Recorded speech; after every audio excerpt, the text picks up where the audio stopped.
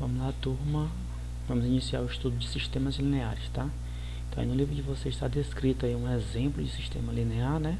Então, vamos direto para a situação. Vocês depois dão uma lida aí nesse texto aqui, que a partir dessa introdução aqui desse texto, ele montou essa situação toda relacionada à equação e princípio de sistema linear. Seguinte, então, de acordo com esse problema aí, ele fez o seguinte, montou a seguinte equação: 10x mais 7y igual a 215, em que o 10 é o quilômetros percorrido por cada litro de gasolina. O x é quantos litros de combustível ele vai adicionar. O 7 representa a quantidade de etanol que ele vai colocar, ou melhor, quantidade percorrida por litro de etanol, e o y a quantidade de etanol que ele vai colocar. Tudo isso para percorrer exatamente 215 km. Isso aqui é um exemplo de uma equação linear.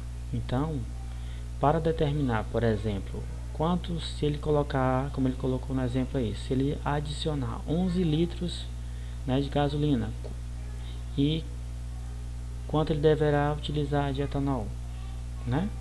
Então ele fez todo o cálculo aqui, ó, colocou 10 vezes 11, se está positivo, vai negativo, 215 menos 110 vai dar exatamente 105. 105 dividido por 7 vai dar 15. Então, se ele colocar 11 litros de gasolina, então ele vai ter que colocar exatamente 15 litros de álcool.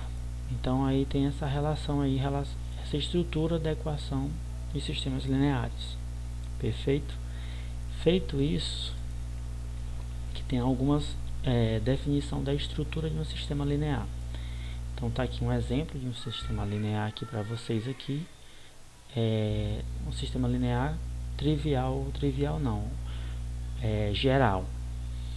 Tem aqui A1, X1, A2, X2, A3, X3 e assim vai. Em que esses A's que está representado aqui pode ser, ou no caso, o coeficiente das incógnitas. Pode ser no caso do exemplo anterior, seria o valor do exemplo anterior seria 10 e 7, perfeito?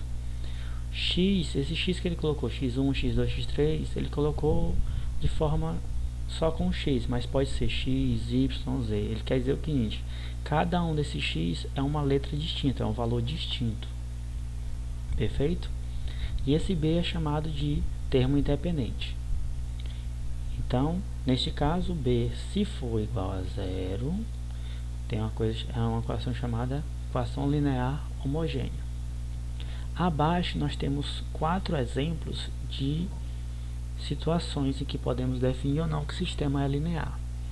Então eu vou dar de antemão, vocês depois dão uma lida mais precisamente, mas o seguinte: a primeira é uma equação linear, essa primeira aqui é uma equação linear, porque nela você não tem nem potência, né, e nem produto. Então, para ser linear, não pode existir potência, nem produto, e nem, por exemplo, assim, a variável no denominador. Perfeito? E também não pode existir também a variável dentro de raiz.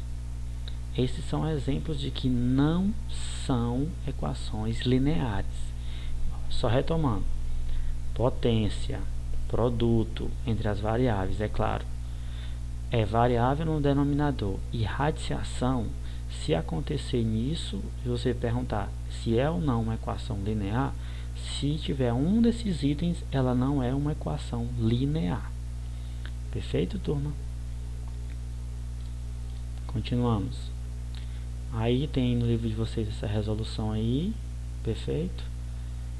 E agora, acho que deu para dar uma introdução básica do conteúdo. Vocês dão a lida e postam aí as dúvidas, tá? Tá ok?